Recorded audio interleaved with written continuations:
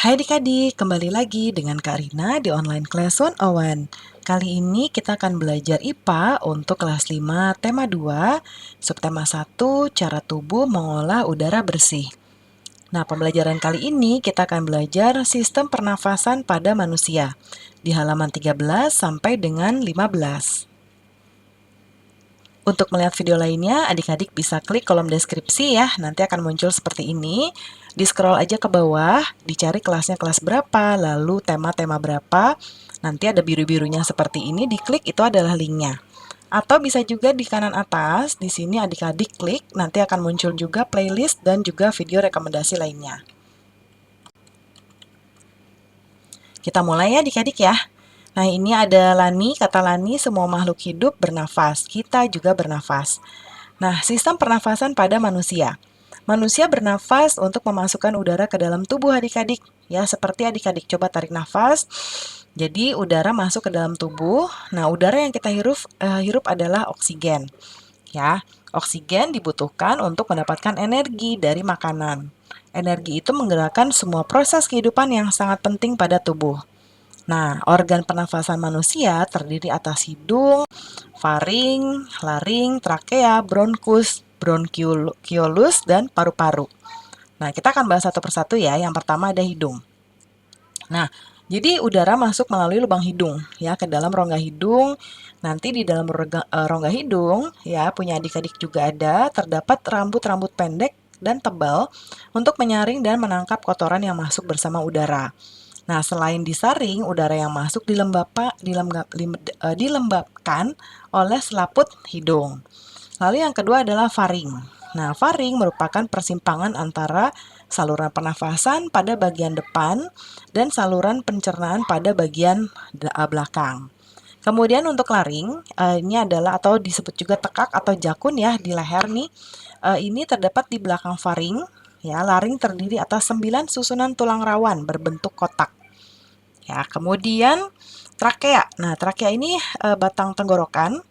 Pada trakea terdapat jaringan yang disebut silia. Nah, dia akan bergerak dan mendorong keluar debu-debu dan bakteri yang masuk. Kemudian bronkus, ini percabangan dari trakea, terdiri atas bronkus kiri dan bronkus kanan.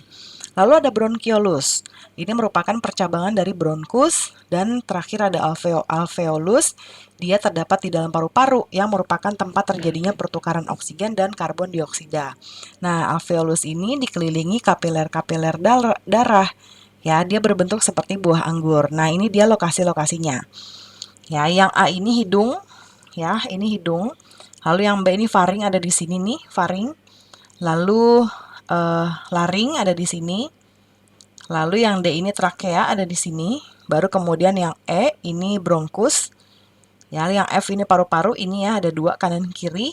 Dan yang G ini adalah diafragma. Ya, nah ini sistem pernafasan pada manusia. Nah, kemudian kalau ini gambar paru-parunya.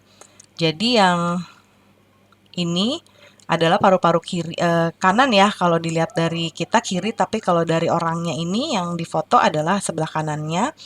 Kemudian yang B ini adalah bronkus kiri. Lalu yang C ini adalah otot-otot dinding bronkus. Kemudian yang D ini ruang udara. Ya, yang D itu ini. Ini ruang untuk udaranya. Kemudian yang E ini adalah bagian dalam bronkus. Lalu yang F ini adalah alveoli. Ya, lalu yang G ini adalah ruang udara di alveoli. Yang H ini pembuluh darah dan yang I ini adalah bronkiola. Ya. Nah, jadi udara masuk ke tubuh melalui lubang hidung, lalu masuk ke dalam batang tenggorokan. Nah, batang tenggorokan adalah sebuah pipa mulai dari belakang hidung dan mulut lalu turun ke paru-paru. Dari batang tenggorokan udara masuk ke dalam paru-paru. Nah, di dalam paru-paru nanti oksigen akan terserap ke pembuluh darah halus. Sebaliknya, karbon dioksida dari pembuluh darah masuk ke dalam paru-paru dan selanjutnya dibuang saat kita menghembuskan nafas. Jadi kita mengeluarkan karbon dioksida. Nah, untuk pembelajaran IPA kali ini belum ada tugas ya adik-adik ya. Pembelajarannya sudah selesai. Terima kasih sudah menonton sampai akhir. Mohon dimaafkan apabila ada kesalahan dalam perkataan maupun dalam materi yang diberikan. Sampai jumpa di pembelajaran berikutnya ya.